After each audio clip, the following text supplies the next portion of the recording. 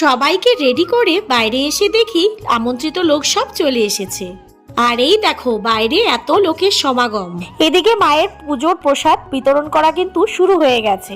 আর শুধু প্রসাদ বিতরণই হচ্ছে না, চারিদিকে কিন্তু অনেক ধরনের খাওয়া স্টলও বসেছে, যেরকম জিলিপি, ঝালমুড়ি, আইসক্রিম, কোল্ড ড্রিঙ্কস সব ধরনেরই কিন্তু এখানে স্টল বসেছিল। আর আজ কিন্তু জি বাংলা থেকে আসবে বন্যশ্রী এখানে গান করার জন্য। আর তোমাদের সবাইকে বলে রাখি, বন্যশ্রী কিন্তু রায়গঞ্জেরই মেয়ে। এখনো যেহেতু বন্যশ্রী স্টেজে ওঠেনি, তাই ভাবলাম শিশু মেলাটা একটু তোমাদের সবাইকে ঘুরিয়ে দেখাই। শিশু মেলায় বাচ্চাদের জন্য অনেক ধরনের অ্যাক্টিভিটির দোকান বসেছিল, আর এখানে জিততে পারলেই কিন্তু বাচ্চারা পেয়ে যাচ্ছিল আকর্ষণীয় উপহার। এত ভিড় ঠেলে কিন্তু আমি সামনে আরো যে স্টলগুলো ছিল সেগুলো কিন্তু দেখাতে পারলাম না। আর আমি ঝালমুড়ি নিয়ে এবার কিন্তু বসে পড়েছি প্রোগ্রাম দেখার জন্য।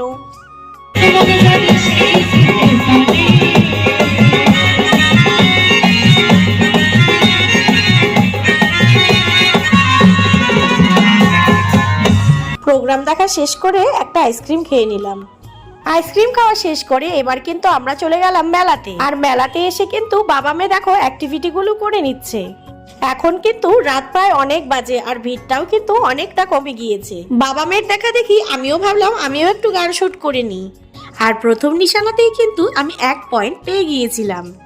তো যাই হোক, এখানে কিন্তু অনেকক্ষণ খেলাধুলার পরে মেয়েকে নিয়ে গেলাম মিকি মাউসে চড়ানোর জন্য।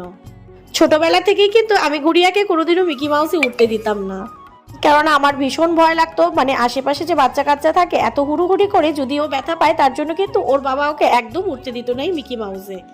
এত বছরে কিন্তু এই প্রথম সে মিকি মাউসে উঠে এত আনন্দ করছে। তো যাই হোক, মেলা ঘোরার পরে এবার কিন্তু আমরা রাতে ডিনার করতে চলে আসলাম। আর চারিদিকটা দেখো এখন কিন্তু প্রায় ফাঁকাই হয়ে গেছে। এবার রাতের খাবার খেয়ে ঘুমিয়ে পড়বো। কেমন লাগলো জানিও ভিডিওটা।